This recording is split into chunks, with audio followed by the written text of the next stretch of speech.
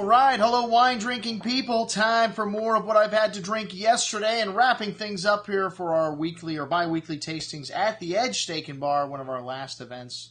One of your last chances to come out and drink with me down in Miami. We got two more tastings, Washington State and then Champagne. That's all done for 2013. Well, this was our Australia-New Zealand tasting. And, well, we had some nice wines here. You know, we always do. I mean, if I'm going to hang out and drink with you, I'm not going to drink crap. I got to drink with you. And Pike's one of my favorite Riesling producers. And when you look at white wines in Australia, well, they're not really well known for their whites, but Riesling is one of my favorite white wines. And they make some pretty good Riesling up in the Clare Valley, which is the Upper Barossa. And this is a family winery. They've been growing grapes here since 1886. Wow. Anyways, screw cap, which we like to see, and this is a dry style of Riesling with some nice lime, citrus, white peach fruit, and a hint of petrol in this wine. It just seems no matter where you grow Riesling, you get a little bit of that petrol in it. Really clean and refreshing style of Riesling on the palate with nice white peach fruit, lemon zest, and a tongue-tingly acidity, leaving the tongue salivating for food with light briny note at the end. Very good juice at $23. And these first three whites, man, if we gave them to you blind, you can tell the difference between Riesling, Sauvignon Blanc, and Chardonnay. Very different noses. The Sauvignon Blanc had that typical kind of peppery spice you get from New Zealand. Fresh cut grass, tropical fruit, papaya, mango. Really fresh and lively on the tongue with racy acidity. And a nice hint of that pepperoncini spice at the end. Very good at $16. Then the New Dorf Chardonnay. You know, they don't use a lot of oak in Chardonnay, but you definitely noticed a hint of oak in this and that nice tree fruit, apples, and lemon drop candy, citrus.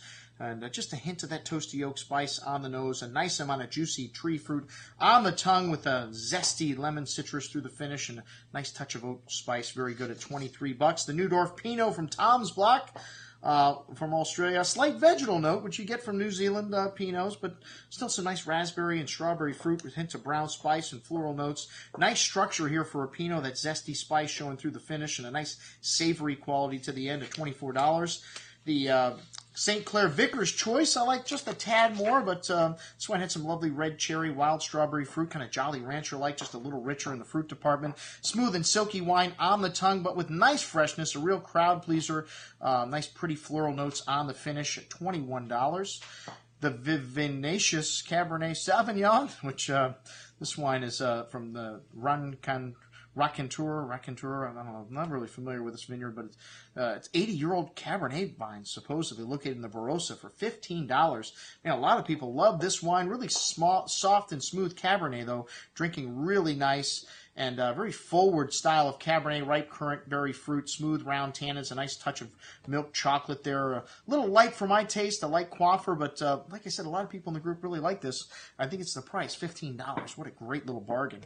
And Tourbrick Woodcutter Shiraz up next. This is the entry-level wine from this iconic winery, the Run Rig. One of the greatest Shiraz, the great David Powell, responsible for these wines, but rumor has it he's no longer involved with Tourbrick. And that's what happens when you have to sell.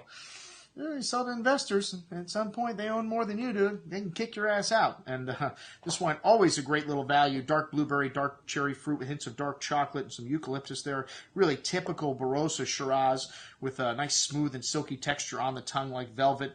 Very rich, but a nice hand of acidity here. Really nice balance. These Tourbrick wines known for not being over the top with hints of dark spice on the end. A very good little Shiraz for $25. And then the Tournon from Michel Chapoutier from the Chaise Flat Vineyard in the Pyrenees. This wine definitely a little more old school in style. Some black spice, espresso, bitter cocoa notes to that blackberry and blueberry fruit.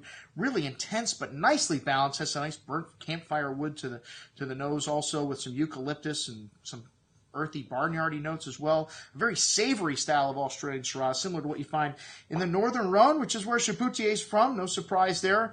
And some nice black licorice and eucalyptus spice on the finish there. Excellent juice at $34. Hey, it got 94 points in the Wine Advocate. That's what I had to drink at our tasting at the Edge for Australia and New Zealand. I'm your host, Andrew Lamposoni, signing off for the Wine Watch, saying remember, always drink the good stuff first.